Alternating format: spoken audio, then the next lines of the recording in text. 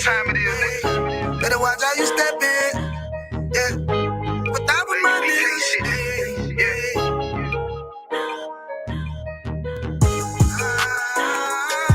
I'm in the yo. Got my nigga Ramon with me. But that was my niggas, it'll be an honor. You know what I'm saying? Under commanding general, your honor.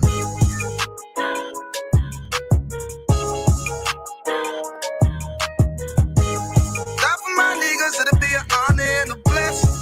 Look, hey, straight off the top, I love all of my niggas. That shit ain't gon' stop till we on top and we ballin', my nigga. We be fly as fuck, you know them bitches be stalking my niggas. That shit'll never change and it's the same with all my niggas. City to city, I should be at home. That's what my ribs say. But bitch, I'm grown, I'm in these streets and closed caption. Niggas know we bout that action. If a nigga play with me, then my Hakim gon' let him have it. Hey, thank you the shit, this truth the shit. Nigga play out at that Ruger hit. Get on them tracks, they be like, who is this? I'm rude with it. Ain't got no manners, all them pussy niggas talking shit. Yeah, I know they can't stand us, but we UPK Louisiana, bitch, that's what I'm rippin'. And my niggas solid number, real ones in my section. If you wanna get down, put your boots on, start stepping. Brotherhood is a weapon. Brotherhood is a weapon. Better watch how you steppin', cause brotherhood is a weapon. If I die for my niggas, it'll be an honor and a blessing. Better watch how you steppin', cause brotherhood is a weapon. Brotherhood is a weapon. Better watch how you steppin', cause brotherhood is a weapon. If I die for my niggas, it'll be an honor and a blessing. Better watch how you steppin', cause brotherhood. I lay my life down right now for all my sisters and brothers because I love them. I see them dapping and hug them. It's amazing to see how well we adapt from the struggle. Born again from a life of sin, trapped in the gutter. My mind frame was to kill my own kind. Feeling inferior, waking up ready to die. Run with them killers, so it's just a matter of time. For I take your life or let you take mine. That's when I realized the slaves killing slaves while the white man live to get old. We in them graves, and shit got me feeling played. I opened the Bible, went through them records, found out we was royalty, a nation to be respected. But in this world we rejected, we hated for our complexion. Still fighting to get accepted. We hear the truth and reject it, but love is getting corrected. And all my niggas correct me. The commandments, the foundation we erected. Brotherhood is a weapon. Brotherhood is a weapon. Better watch how you steppin', cause brotherhood is a weapon. If I die for my niggas, it'll be an honor and a blessing. Better watch how you steppin', cause brotherhood is a weapon. Brotherhood is a weapon. Better watch how you steppin', cause brotherhood is a weapon. If I die for my niggas, it'll be an honor and a blessing. Better watch how you steppin', cause brotherhood is a weapon. Hey, hey.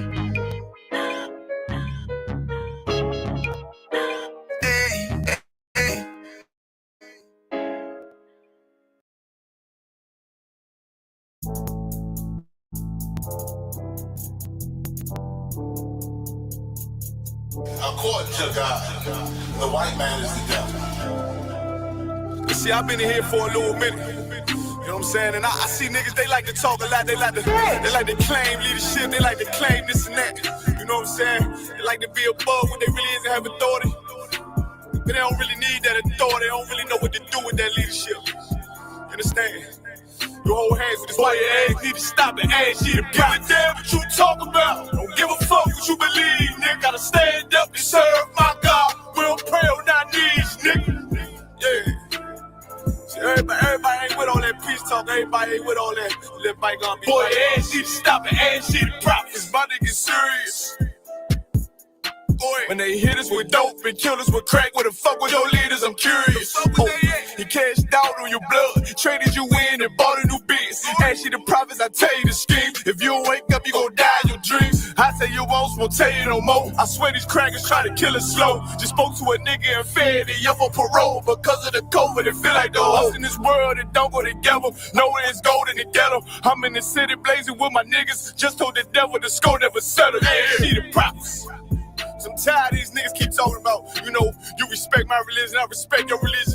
Boy, your ass need to stop it, ass she the prophets. Like we all come together. They say God so loved the world. God so loved the world, and boy, your ass need to stop it, ass she don't give a damn what you talk about. Don't give a fuck what you believe, nigga. Gotta stand up and serve my God. We don't pray on our knees, nigga.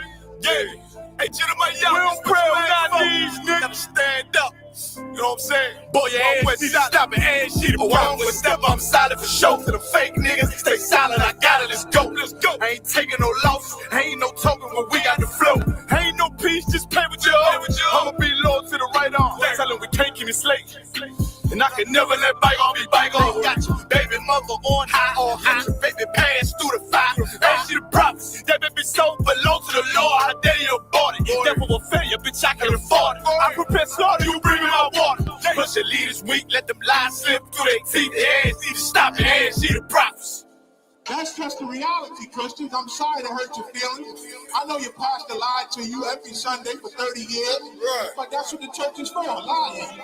That's why they exist, to lie the money out of your pockets. Boy, your ass need to stop and ass she the give a damn what you talk about. Don't give a fuck what you believe, nigga. Gotta stand up and serve my God. We don't pray on our knees, nigga. We don't pray on our knees, nigga. Gotta stand up and serve my God. We don't pray on our knees, nigga.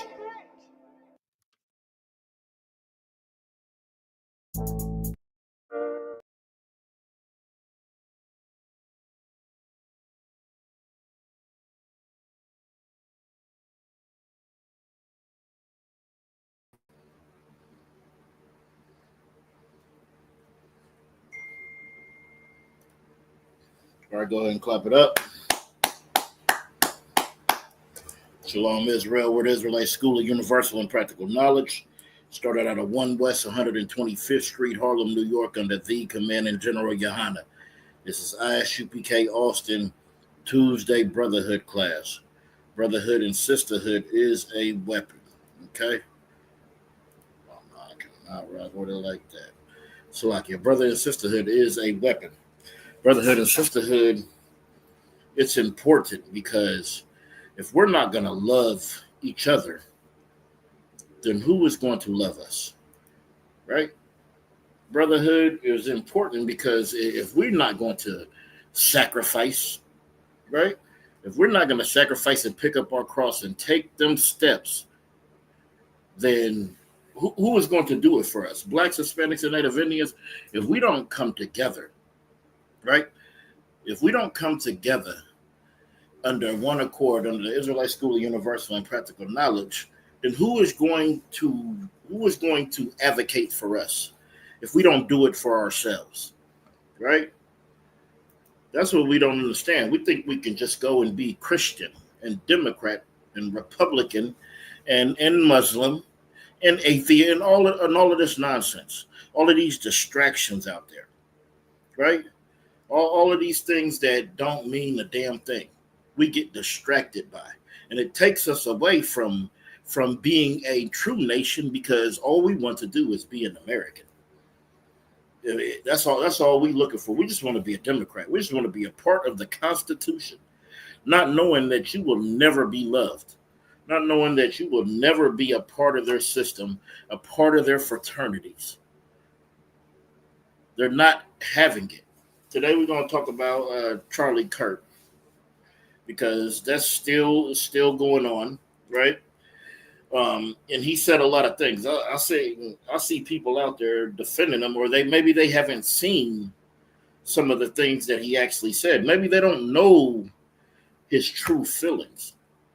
But we are going to get into that today because we have to understand that our oppressor does not have any love for us. Our oppressor has a perpetual hatred. That hatred, it is everlasting, right? That hatred is everlasting, and it's continuous. Pull up my Bible. And it's continuous, Salakia. That's what I forgot to do. Bear with me 1 second.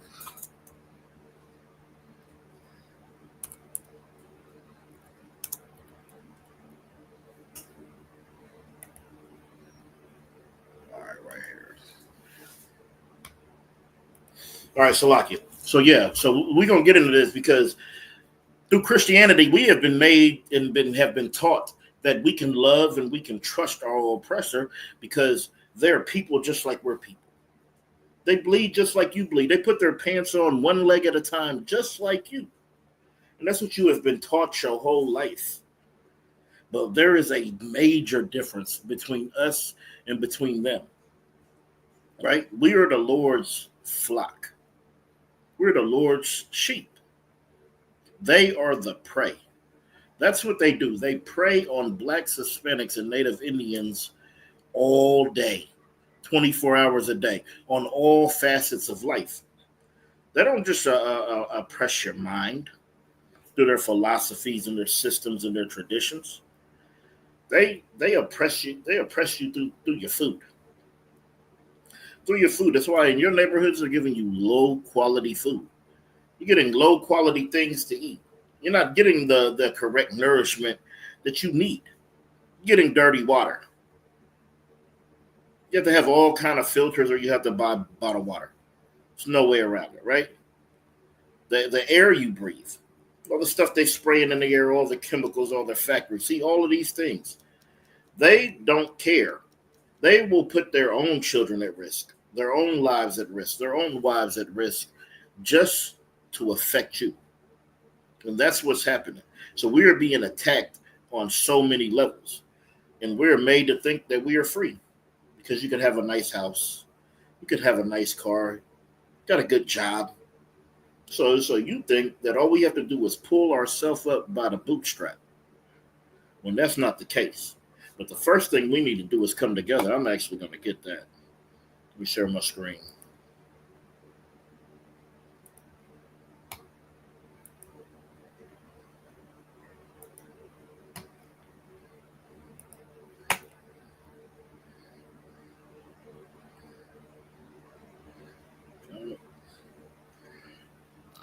See on this screen.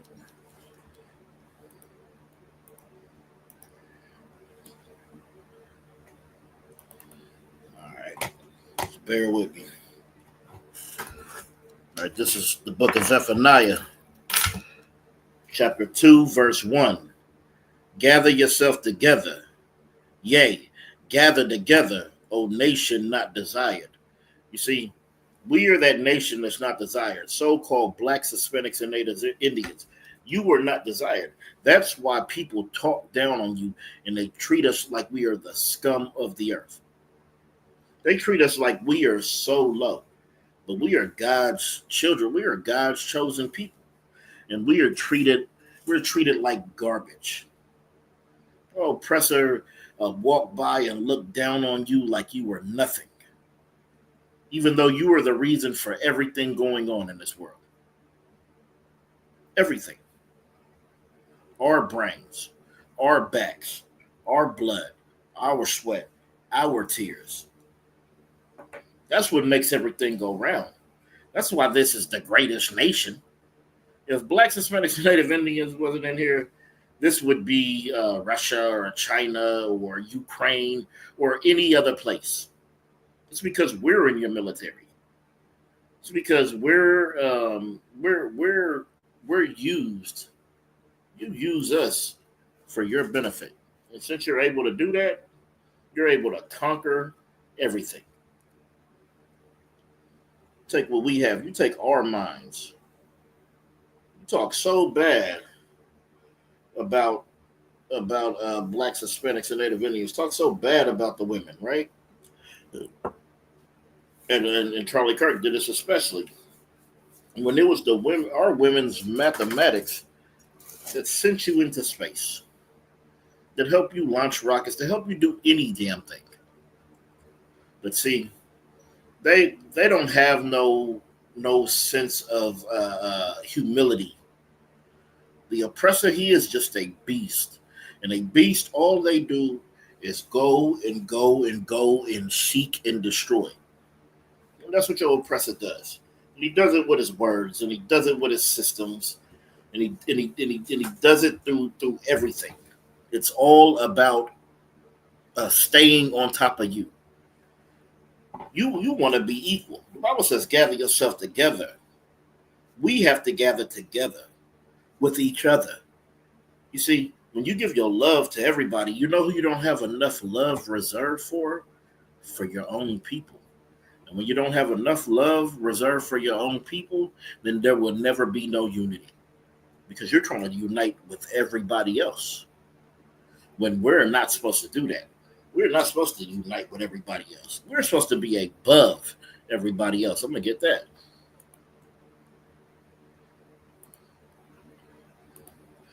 I'm going to get Deuteronomy 7:6.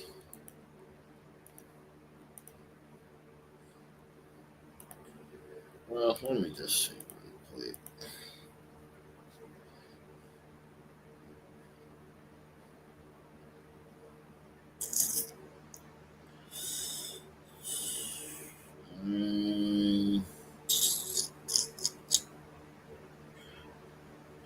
Yeah, I'll just start at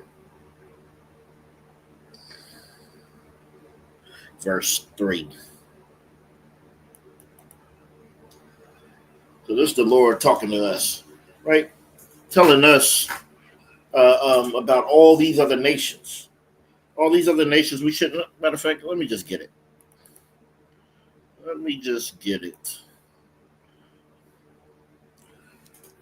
All right. This is Deuteronomy chapter 7, verse 1. When the Lord thy God shall bring thee into the land, whither thou goest to possess it, and has cast out many nations before thee, the Hittites, the Girgashites, the Amorites, the Canaanites, the Perizzites, the Hivites, the Jebusites, seven nations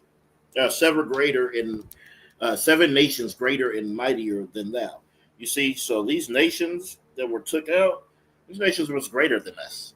You looking at your oppressor, and you were sitting under him, and you were sitting under him because of your fear.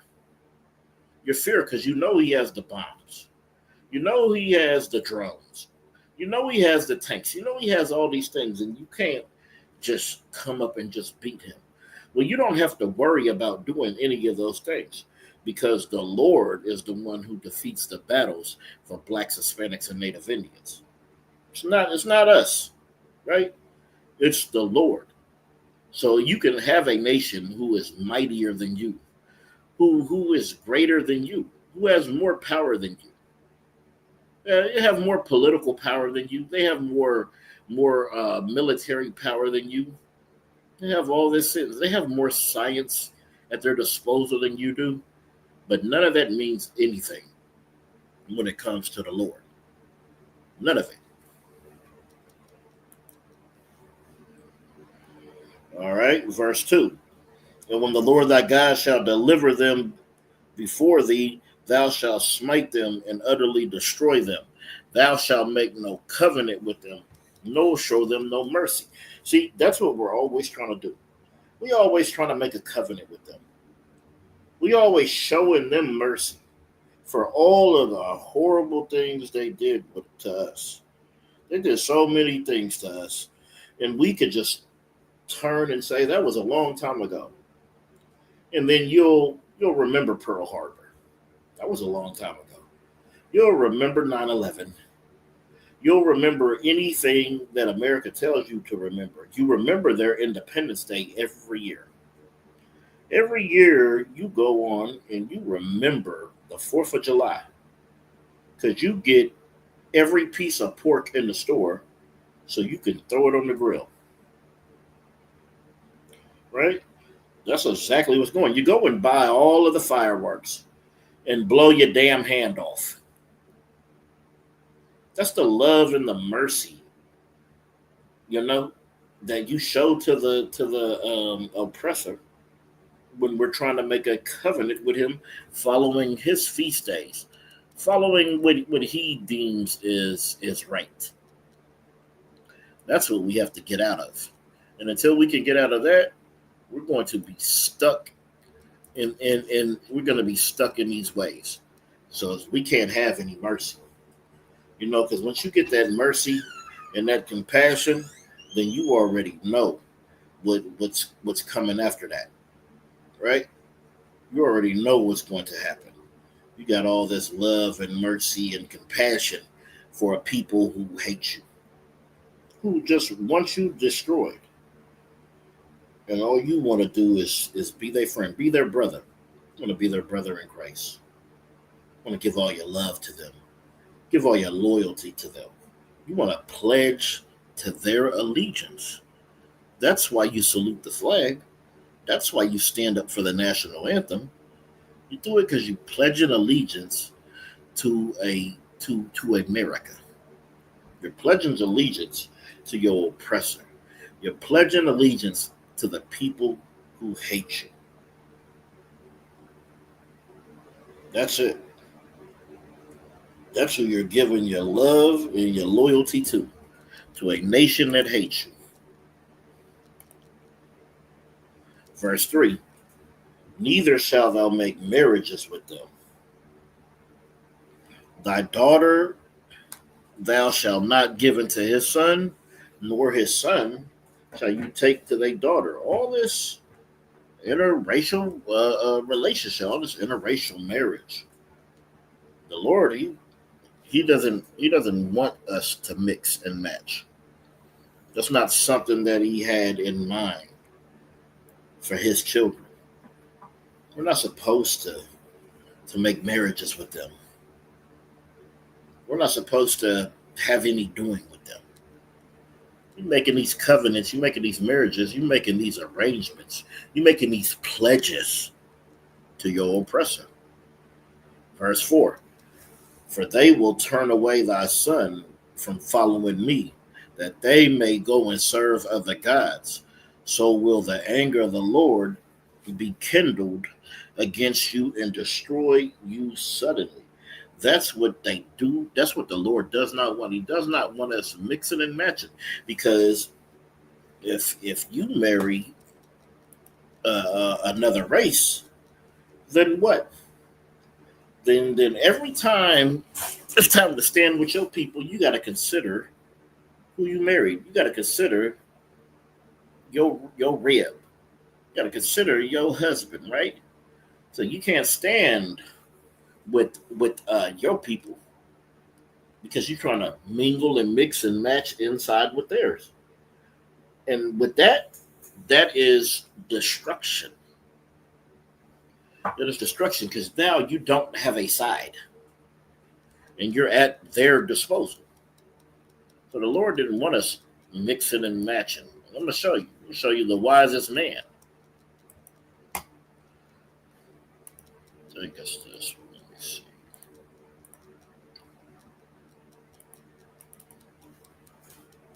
So we already read about some other nations in Deuteronomy. I'm going to read about some nations here in 1 Kings.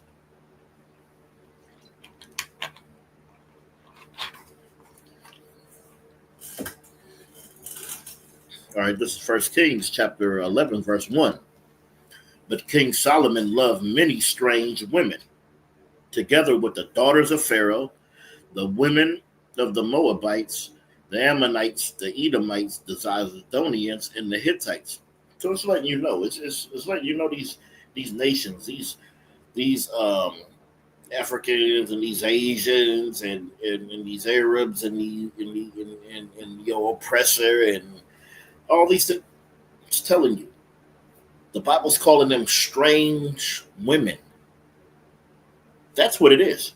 If you out there dibbling and dabbling in other nations, you are messing with strange women. And Solomon, he loved many strange women.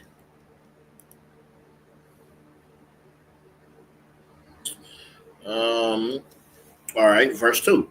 Of the nations concerning which the Lord said unto the children of Israel, ye shall not go into them, neither shall they come up into you, for surely they will turn away your heart after their God. And Solomon claved unto these in love. You see, you go there, you fallen in love, and now you don't worship the Most High no more. You done gave the Most High up, and now you worship a rock. Right? You done gave the Most High up, and now you're conscious. Oh, now you conscious, and you study the Kemetic science, because you done gave up your God and turned after their gods. So now you're worshiping Ra, Amun Ra, and Nut, and Gab, and whorish and set and all of this nonsense. And that's what's going on. That's what's clearly happening to our people. You could go out there in the world and you could see this is happening for the love of these strange women. You go and you fantasize, right? You fantasize about their women. After that, you go and get one. And after you get one, she introduces you to her God. And you so in love that you turn away from the God of your fathers and you go and follow her God. That's what you do. Let's get some more.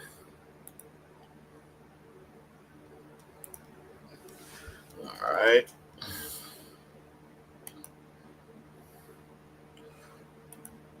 Let's see where it is.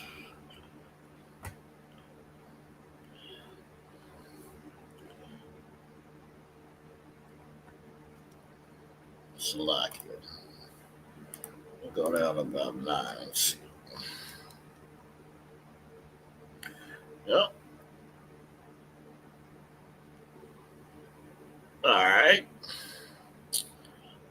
Almost right there. I'll just read it down. Salakia. Verse 3. And he had 700 wives, princesses, and 300 concubines, and his wives turned away his heart.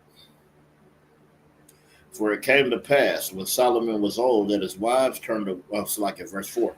For it came to pass when Solomon was old that his wives turned away his heart after other gods, and his heart was not perfect with the Lord, and was his heart of Salakia, as was the heart of David his father. Verse 5. For Solomon went after Ashtoreth, the goddess of the Zidonians, in Milcom, the abomination of the Ammonites. And Solomon did evil in the sight of the Lord, and went not fully after the Lord as did David his father. Verse 7. Then did Solomon build a high place for Chemosh, the abomination of Moab, in the hill before Jerusalem, and for Molech, the abomination of the children of Ammon. Verse 8. And likewise he did for all his strange wives, which burnt incense and sacrificed to their gods. That's what Solomon did. Solomon went and he sacrificed. He built these altars and these temples for his ribs, for their gods. That's why you're not supposed to interact or mingle or mix and match, because they're going to turn your heart away from the Most High. Now we're going to go back to Deuteronomy 7. We'll pick it up at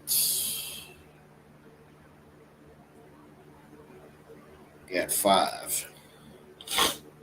This is what you're supposed to do with other gods. This is Deuteronomy 7, verse 5. But thus shall ye deal with them. Ye shall destroy their altars, and break down their images, and cut down their groves, and burn their graven images with fire. That's how you deal with another god. You're not supposed to give into it and give any love or any nonsense, any reverence to it. Verse 6. For thou art a holy people unto the Lord thy God. The Lord thy God has chosen thee to be a special people unto himself, above all people that are on the face of the earth. That's what we are supposed to be. We are supposed to be the light. We are supposed to be the way. And everything should be following us, following under us. We are a holy people. Holy stemming from the word Quadash, meaning separate. We're supposed to be a separate people to the Lord thy God. See, we were chosen. We're chosen over everybody on the earth, blacks, Hispanics, and Native Indians, special people unto himself, above all people on the face of the earth. Not next to, not joining hand in hand, not love every damn body, and definitely not under. Why are we at the bottom and we're supposed to be on the top? Because we didn't follow these laws, statutes, and commandments. So don't go trying to follow your oppressor. Okay? All right, let me get one of these videos.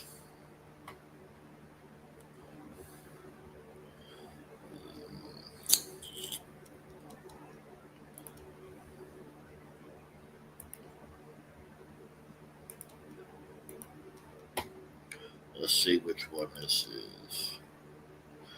All right, we'll just go with any one of them.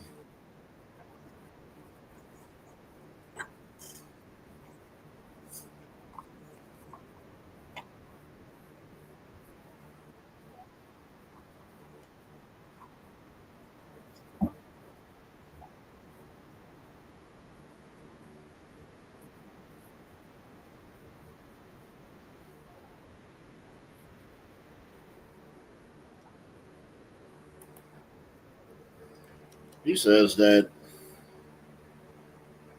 we were better off. We were better off in the 40s. You see, to your oppressor, you are better off when they are able to do whatever the hell they want to you. That's when you're better off. Better off when there wasn't no cameras to see what they was doing to you. Right? Everybody didn't have a cell phone to see them hurting and destroying you. They liked it like that. Trump said the other day, he said back to when the dude was protesting, he said in the good old days, he would be leaving out of here in the stretcher. See, that's what they think about. When they think of the good old days, when they think of it's better in the 40s, they think of when it was just easier for them to destroy you. Easier for them to unalive you. Easier for them to just walk in your house and do whatever they want with your wife and your daughter. That's what they say. It was better for you back then. Right? It's never better for us. Nothing has ever been better. Nothing is great over here when you sitting here with your oppressor day after day. Ain't nothing great. Let me get another one.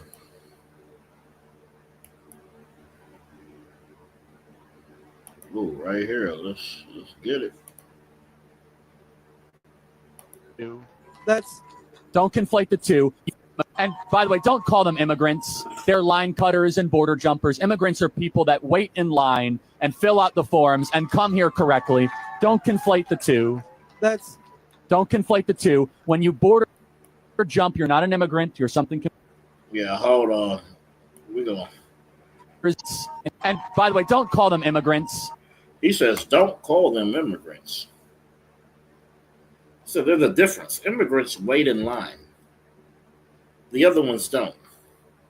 What line did the oppressor wait in when he raped, robbed, and pillaged the whole earth? What has he ever done legally? Because I believe Christopher Columbus came over here and he said that the natives were a loving and peaceable people that would give you anything. There's nothing that they have that they wouldn't share. He said, and with that being said, with 50 men and guns, we could subjugate all of them. This is how your oppressor feels. He doesn't feel the way he came in. And by the way, don't call them immigrants. They're line cutters and border jumpers. Immigrants are people that wait in line and fill out the forms and come here correctly. Don't conflate the two. Don't conflate the two. When you border jump, you're not an immigrant. You're something completely different. A criminal? Is that what you're going to say? You're not an equivalent. An equivalent of what? A human? One is a criminal. One is a rule follower. One is a lawbreaker. One is someone who waits in line. And by the way, don't call them immigrants. And then there's more to this video. Actually, that's a different one. We'll get to that. Let's play this one. They're line cutters and border jumpers. Immigrants are people that wait in line and fill out the forms and come here correctly. Don't conflate the two. Don't conflate the two. When you border jump, you're not an immigrant. You're something completely different. A criminal? Is that what you're going to say? You're not an equivalent. An equivalent of what? A human? One is a criminal. One Okay. is a rule follower. One is a lawbreaker. One is someone who waits in line. So- You see, that's all you are to your oppressor. There's some criminal. You're just some criminal to him, right? And it doesn't matter if you go and do it the right way, because they said that they want to get the criminals, right? But they're showing up to jobs and they're arresting people at their jobs and they're arresting people at their court dates. What criminal do you know that goes to work and goes to court dates, right? So they're just going and they're just snatching up people because they do not want you here, because they believe you're the criminal. You came over here illegally. Even though the way they came over here was horrid. It was horrific. But you're the criminal. You're the one that they despise. And that's why they come and they seek these acts against us. Good night. Let me get another one.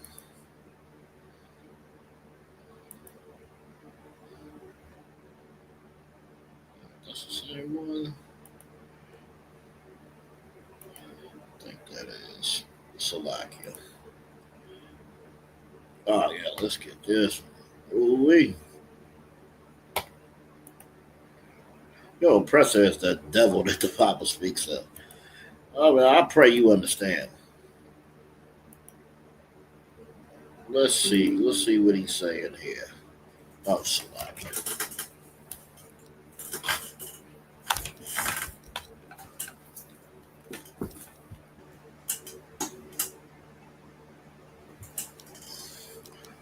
All right. Okay. I live when I live like a capitalist every single day, Shank. I live as a capitalist. Okay. Call that boy a chink. Boy, this is how your oppressor. This is how your oppressor gets down. This is him. This is his spirit. Look at him. I live like a capitalist every single day, Shank. I live as a capitalist. Okay. I live when I believe. No. What do? I get dirty every single year. I'm sorry. If I see a black pilot, I'm going to be like, boy, I hope he's qualified. He said if he sees a black pilot, he's going to be like, boy, I hope he's qualified. Because of DEI. He said DEI is where we come and we take a more qualified person's job because we're black or Hispanic or, come on. So they're just throwing anybody in the damn plane. You just come and what? Just come and apply and you're a pilot now? This is the ignorance that your oppressor expresses. Through his ignorance is because of he hates you so damn much. He hates you so much, and he hates you so much more because you love him. He doesn't understand how he's just trying to make you not love him. But we give him all our love and all our compassion and all our sympathy and empathy and care and everything that we have. When he does not give a damn about us. Let me rewind this. I live like a capitalist every single day, Shank. I live as a capitalist. Okay. I live when I believe. What do? I get dirty every single year. I'm sorry. If I see a black pilot, I'm going to be like, boy, I hope he's qualified. Because of DEI, it begs the question when you see a black pilot, you wonder, you say, I hope they are qualified. I mean, what is the requirement to be a pilot? So he's asking if they're qualified. I believe there's a requirement to fly a plane. I believe anybody can't just get out there and go and fly a plane, right? So what the hell is this devil asking about? I hope he's qualified. What kind of ignorance is that? How else would he be flying the damn plane? You idiot.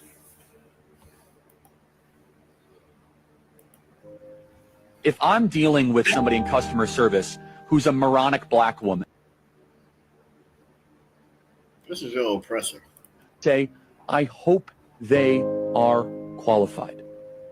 If I'm dealing with somebody in customer service who's a moronic black, if I'm dealing with somebody in customer service who's a moronic black woman, if I'm dealing with somebody in customer service who's a moronic black woman, I wonder, is she there because of her excellence, or is she there because of affirmative action? Almost. This is how much your oppressor hates you. This is how much of a devil your oppressor is. He said, if I'm dealing with some moronic, like a moronic black woman in customer service, I gotta know if she's there because of her qualifications. Is she there because she's good at the job? Damn, it's customer service. You're so low that even in customer service, you're just some damn moron to them. There's nowhere you could be, there's nothing you could do where they will love you like you want them to love you. There's nowhere. Because he says, you're just some moronic black woman. Keep that in mind when I read this article.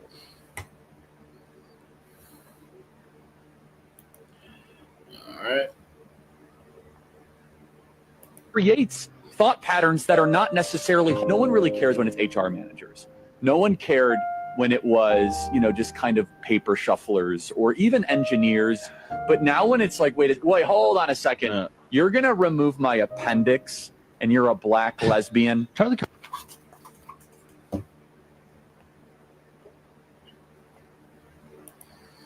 That's crazy. So you're going to remove my appendix and you're a black lesbian. The black is what he's really concerned with. That skin tone can't be trusted. Doesn't trust you to be qualified to make these high-end decisions. Doesn't think you have the brain. Doesn't think you have the brain power or anything like that to conduct these things that require education. You can go to all their fraternities, all their systems, and you'll still get looked at like you're the idiot. That's what happened. All right, yeah, let me share this one. Let me share this.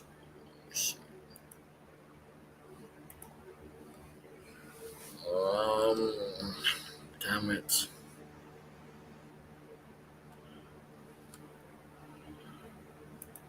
Hold on.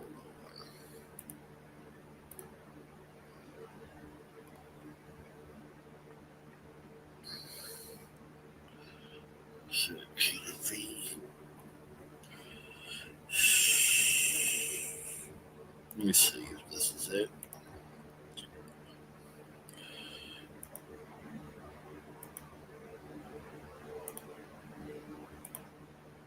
That one. Lee and Ketanji Brown Jackson were affirmative action picks. Joy Reid and Michelle Obama and Sheila Jackson Lee and Ketanji Brown Jackson were affirmative action picks, we would have been called the racist. But now they're coming out and they're saying it for us. They're coming out and they're saying, I'm only here because of affirmative action. Yeah, we know. You do not have the brain processing power to otherwise be taken really seriously. You had to go steal a white person's slot to go. See, this is how they feel. They feel like you had to go and steal a white person's slot. You don't have the brain capacity. You don't have the brain capacity to do anything. Because you're silly and you're ignorant and you're just some dumb black in their mind. Now I'm gonna stop sharing that. I want to share something else real quick. Let me see.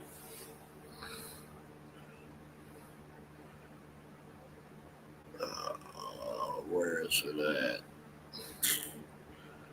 at? Helmets. All right, no sweat.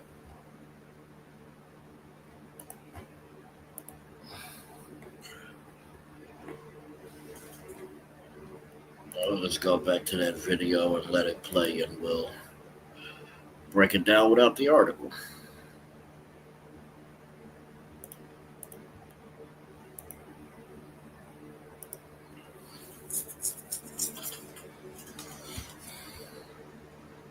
Be taken somewhat seriously. Play cut 52. But I rise today as a clear recipient of affirmative action, and particularly in higher education.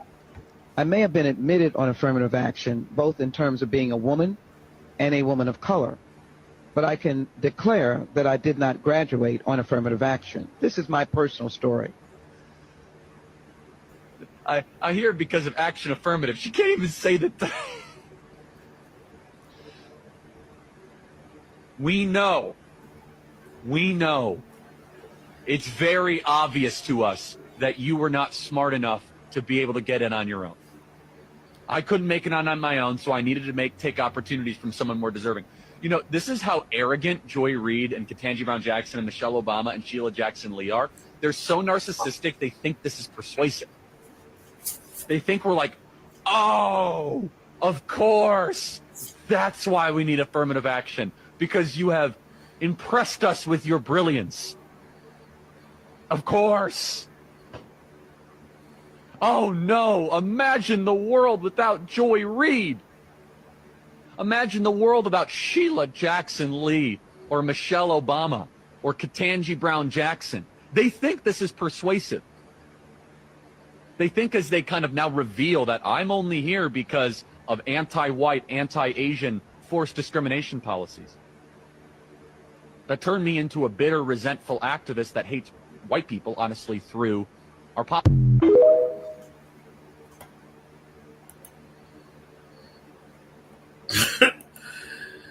They don't care about you. They have an extreme hatred. You see how pompous he is, like when he talks and he puffs his chest out?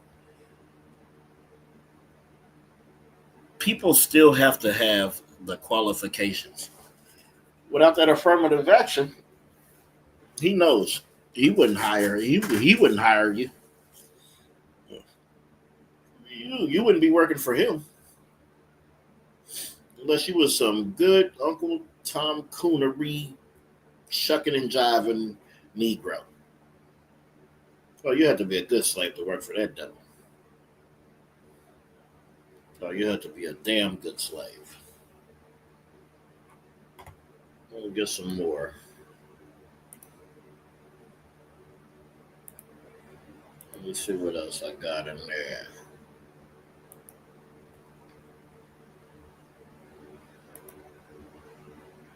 I want to see the one.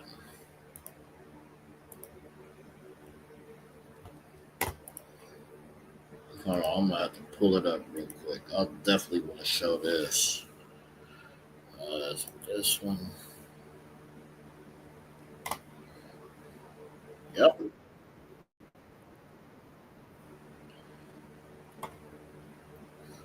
There's another one with the El Salvadorian.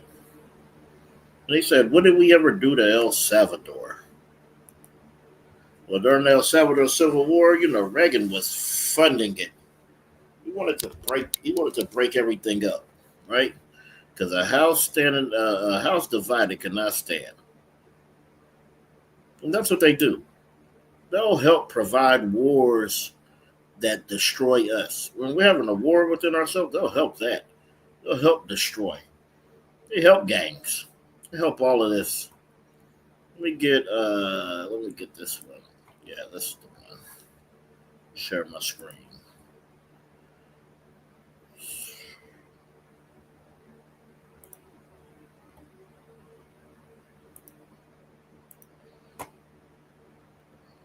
Where's that?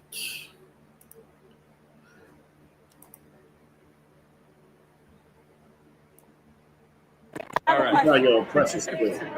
Why did you say that the civil rights bill should be overturned? I didn't say that. I said it was a mistake. Why? That's crazy. Now you gotta figure it out. I wouldn't be here. That's trouble. Who's that? Who's that?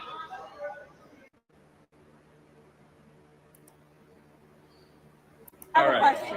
Okay, what's your question? Why did you say that the civil rights bill should be overturned? I didn't say that. I said it was a mistake.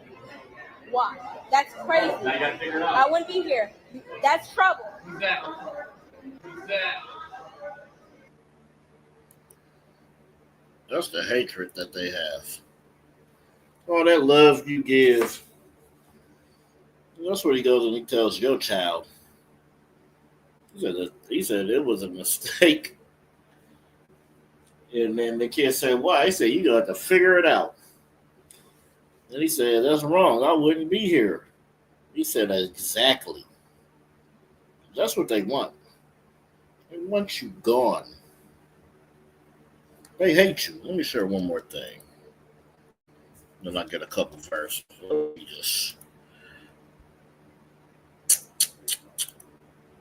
Well, that's the U.S. Help that. Let's see this.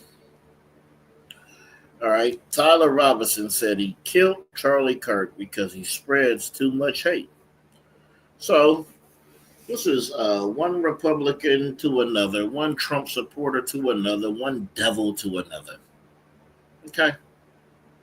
Because this is how your oppressor handles his anger. He handles his anger by unaliving. That's how he deals with his problems. Right? And this is a Trump supporter. This is a Republican. This is another white man. But at the end of the day, they're always looking for someone else to turn their anger and rage to. That's why my son goes to a historical black college, right? And not only his, but others. After this thing happened with Charlie Kirk, they had to go on lockdown. You don't have a damn thing to do with nobody but a white man. A white man killed a white man. So why the hell do our schools have to be locked down? Why do we have to be on high alert? Why do we have to be worried? Because the white man is the devil that the Bible speaks of. It's such a dangerous being. It's such a dangerous beast that you got to be on high alert. You got to know. You don't just walk by no rattlesnake. Who just walks by a rattlesnake and just is comfortable? You just sitting there with a rattlesnake by your ankle. Who just sitting there in a den of lions? Well, you just sitting there all comfortable. This is my friend. This is Alec. This is Alex the Lion. No. Better get your mind right and understand what's going on. Okay? All right, Tyler Robinson, who was accused of assassinating conservative influence Charlie Kirk during an event at a Utah Valley University on September 10th, has been formally charged with a slew of offenses, including aggravated murder, with the prosecutors announcing with intent to seek the death penalty. Robinson, 22, has also been charged with a felony to discharge a firearm causing seriously bodily injury, obstruction of justice, 2 counts of witness tampering, and commission of a violent offense in the presence of a child, Utah County Attorney Jeff Gray announced on Tuesday.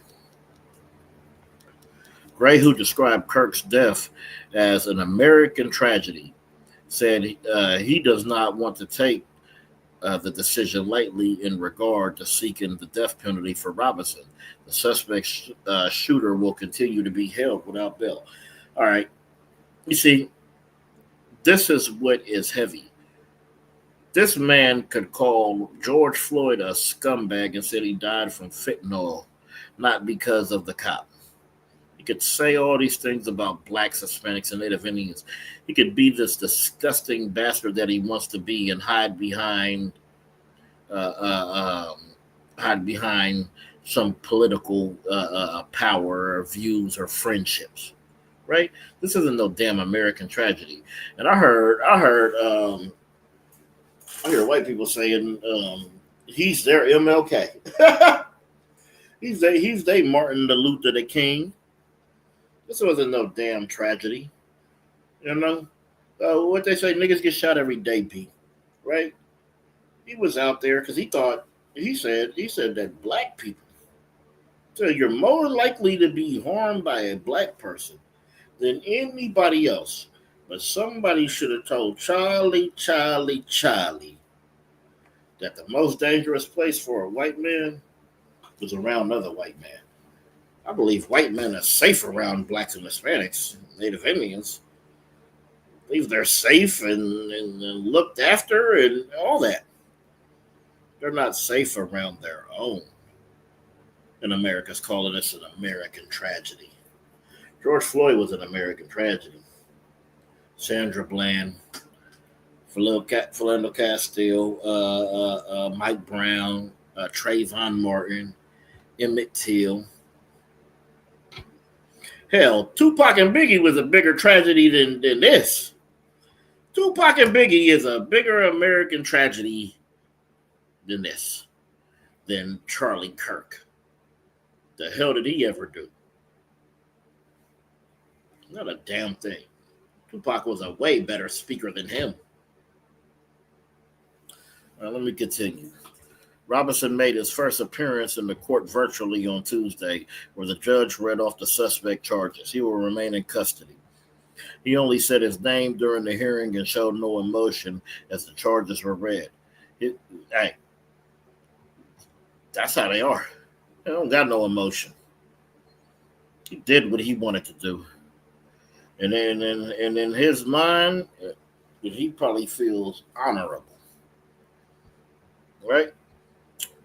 Let's say, all right, his next hearing is scheduled for September 29th. Robinson was expected to have an attorney by that time. Robinson was arrested last week for felony discharge of a firearm, aggravated murder, and obstruction of justice, according to the probable cause documents, and he was booked in the Utah County Jail. Robinson was apprehended on the evening of September 11th after his father recognized him in photographs released by authorities. Utah Governor Spencer Cox said last week. Robinson's father reported that when his wife showed him the surveillance image of the suspect shooter in the news, he agreed it looked like their son, according to the charging documents. The suspect's fathers also believed the rifle police suspected the shooter of using matched the rifle given to his son as a gift, the charging documents said. Thus, the father reached out to his 22-year-old, asking him to send a photo of the rifle, to which Robinson did not respond. The charging document said. You see, his daddy, boy, his parents trying to get him. He said, hey, send me a picture of the rifle. Like, this cat didn't even respond. Right? When his father called Robinson, he implied he planned to take his own life, with his parents convincing him to meet with them in their home, the charging document says. As they discussed the situation, Robinson implied that he was the shooter and stated he couldn't go to jail and just wanted to end it. Right? His parents then asked their son why he committed this crime, to which he said, there's too much evil, and the guy, Charlie Kirk, spreads too much hate, according to charging documents. The suspect's parents urged Robinson to speak with a family friend who was a deputy sheriff who convinced him to turn himself in.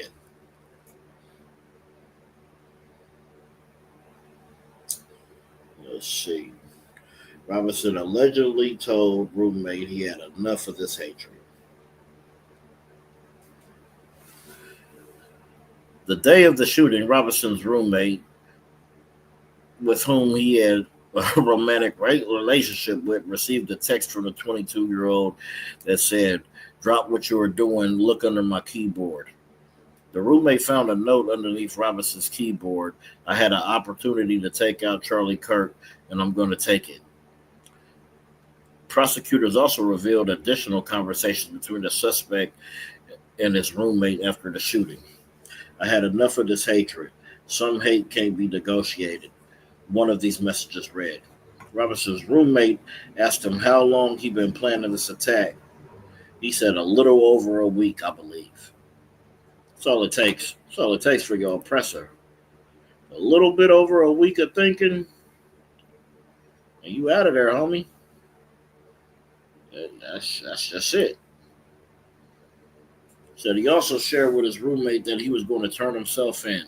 Investigators continue assessing evidence, including looking at electronic devices that the suspect might have had access to. As a federal charge could be announced in the incoming days, law enforcement officials told ABC. All right. The Deputy Attorney General, Todd Blanche, said Tuesday on Fox News the federal authorities are not in a rush to bring federal charges to Robinson as task time develops. A motive has not been revealed by officials, despite Vice President J.D. Vance saying left-wing extremists is a part of the reason Kirk was killed. All right. All I know is y'all all on the same damn side. So just blame yourselves. Blame your culture. Blame your nature. Hell, blame Esau for who sold his birthright for one morsel of meat. Okay? Let's see.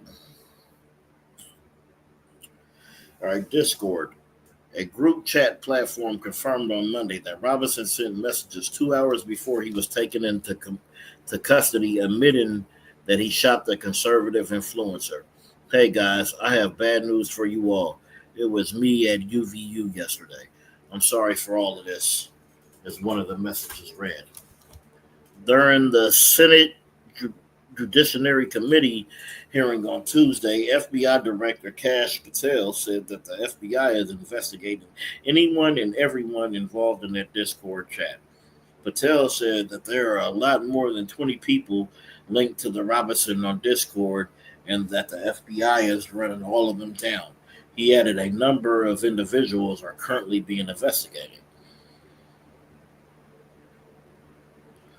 Robinson participated in at least two of these group chats discussing Kurt's killing. The messages platform confirmed. In the press briefing from the Oval Office Monday evening, President Donald Trump said it appeared that Robinson became radicalized on the internet. Do you know why white men are more radicalized today? Right now, you know why they're real radicalized? Because of Donald Trump. Donald Trump shouldn't blame the internet for white men being radicalized. He should probably blame himself. Because it was real radical when he told them to go and storm the Capitol and fight like hell. I believe that was radical. I believe that's how white men become radicalized, because they have this leader that says you could do any goddamn thing that you feel. Whatever you feel, go and do it. Whatever you say. You say you want to go grab a married woman by the box, you go and do that. You want to storm the Capitol and fight like hell, you go and do that. You want to put your foot on George Floyd's neck, go and do that. You want to call George Floyd a scumbag, you go and do that. That's what they do. You better understand that your oppressor's hatred is rooted so deep, because he knows once his world ends, your world will rule and continue on forever. All right, where we at?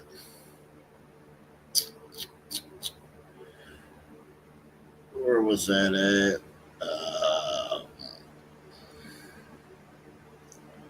Radicalized on the left. He is left, Trump claimed. Claim whatever you want. He supports you. He supports you. Okay, let's see. Robinson is alleged to have to have had an obsession with conservative influencer based on the alleged shooter's digital footprint. FBI Co-Deputy Director Dan Bongino said Monday on Fox News. Bongino said that the suspect appeared to have exhibited multiple warning signs. I believe co-workers stated that he has detached himself with the topic of politics, came up and walked away. Bongino said on Fox News, America's Newsroom. Bongino said that they are looking into whether anyone knew the shooting could happen and didn't alert authorities, referring to the Discord chats of Robinson allegedly clerk. All right, so anytime a white man gets mad, I think he's going to shoot up something. Shoot up the job, shoot up the place, the post office. I mean, that's what they do. So I'm going to get in trouble because I didn't alert it. If I had to alert that, I would be alerting. I just have to have you on the phone all day, 24 hours a day. Because the white man is the devil the Bible speaks of. I'm sure he kills every goddamn thing. So, the hell is there to alert? Who are you going to alert? Another one of you? I think not. I think I'll just go on my separate way and be safe. And let y'all destroy each other. All this black on black crime. All this Kirk talking about, I think we're gonna have to sacrifice some people so we could protect and have the freedoms of our other rights. Well, I bet he never thought he would have been the one that was going to be sacrificed. I bet he never thought he was going to be the one that was going to be on the other side of the bullet. And I guarantee he didn't think it was going to be one of his own. It was one of his own so much that it was a Trump supporter a Republican Trump supporter, and a white man. Barakatah Yahweh Yahweh Shai. Oh, because I remember that whoever was looking for the killer, he sure was hoping that it wasn't them, but it's always them. The usual suspects. Who the hell else is shooting all in public at a setting like that? Only one people do that. Same people who shoot up the schools. All right, let me finish this out. Did they hear it and think it was a joke? That this is Slakia. That is what we're trying to find out now, he told Fox News. If there is a larger network here, we will get that out to the public as soon as we can. All right. Let me clear that. Where we at? All right, let me see.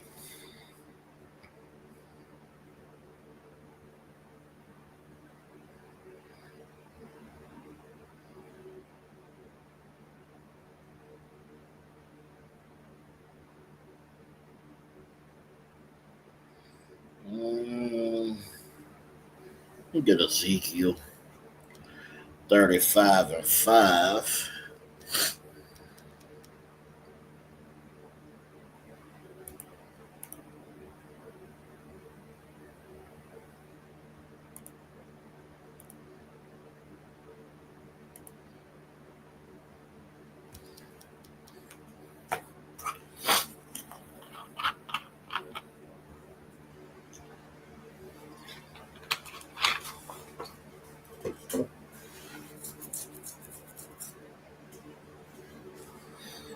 All right, this is Ezekiel chapter 35, verse 5. Hold on, let me share my screen.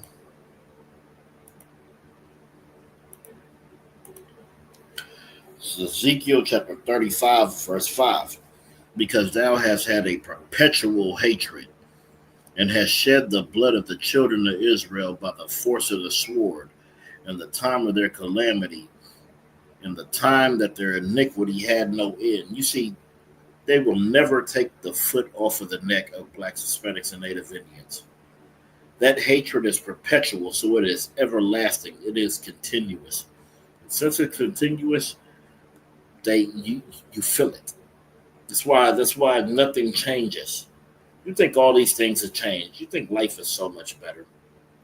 You think you're so free now. You believe you had a black president. You think all of these things. But what you need to really understand is that the reason we feel this pain and this anguish and this oppression is because our oppressor has a perpetual hatred for us. This hatred is never ending. That's why he does what he does. That's why he is such a destructive force on the earth. Let me get this. Deuteronomy 28.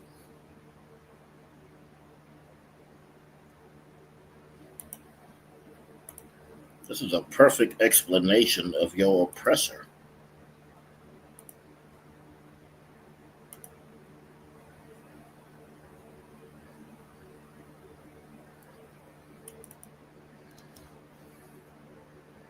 Right? This is Deuteronomy chapter 28, verse 50. A nation of fierce countenance, which shall not regard the person of old, nor show favor to the young. Your oppressor does not give a damn about your age. He does not care. Doesn't care if you're old. Doesn't care if you're old and crippled. He doesn't care if you're young and supple. He doesn't care. Because to him, you are an enemy. But to you, he is a friend. Like they could show you the bare minimum. You're so ready to turn your back on your own people. But you will stay facing front to a people with no honor, with no compassion, with no empathy, with no love. And that's because this is a nation of fierce countenance who won't show regard, no favor to the young, nor to the old.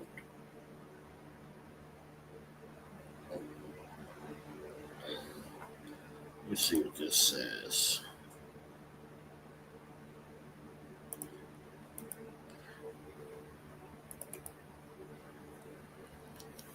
This is Deuteronomy chapter 28, verse 65. And among these nations shalt thou find no ease, neither shall the sole of thy foot have rest. But the Lord shall give thee a trembling heart, a failing of eyes, and a sorrow of mind, because we don't know what's going to happen. We don't have no ease, and your foot can't be the rest. You got to work all the time. You don't even know you're a damn Israelite because you work all goddamn day. And you're scared because every time you get in that car to go to work, it could be your last trip. You have that failing eyes and that sorrow of mind. Verse 66, and thy life shall hang in doubt before thee, and thou shalt have fear day and night, and they shall have no insurance on life. It's like, anybody got any questions, y'all can chat them in before we get up out of here. Right, Deuteronomy 28 and 66. And thy life shall hang in doubt before thee, and thou shalt have fear the day and the night, and thou shalt have no assurance of life. See, doesn't matter the time of day. Our life isn't assured because at any time, this oppressor, that's why slavery's not over. You just like in slavery, they was taking your life, they doing it today. All right, verse 67. In the morning thou shalt say, would God it were even. And at even thou shalt say, would God it were morning. Even is evening. We just trying to at the night. We just trying to make it to the morning, right? It said, for the fear in thy heart, and in the morning we just trying to make it to the night, right? For the fear of thine heart, wherewith thou shalt fear, for the sight of thy eyes, which thou shalt see. See, we have this fear because of what we have seen. We go out here and we see what's going on in the world, and we understand exactly what's happening. Here in the Isupk, we don't have no lenses on. We don't have no blinders. We see the world for exactly what it is. Verse 68. And the Lord shall bring thee into Egypt again with ships. See, we are in Egypt again. It says with ships because you don't need a ship to get to Egypt. Egypt means bondage. America and Egypt are the same place. It's the places of bondage. It says, by way for I spake unto thee, and thou shalt see it no more again. We don't get to see our land. Our land is over there ran by some disgusting heathen. Right? It said, and there you shall be sold unto your enemies for bondmen and bondwomen, and no man shall buy you. That's why you're still not free. Back in slavery, they could have bought out your freedom. Even today, they could pay for what happened, but they will never do that. And that's why Obadiah says they will be destroyed and cut off from the face of the earth. And that's what's going to happen. They need to be cut off from the face of the earth, so the earth can be safe and the earth can grow. And with that, this is the Israelite School of Universal and Practical Knowledge, started at 1 West 125th Street, Harlem, New York, under the Commander General Yohana. Shalom.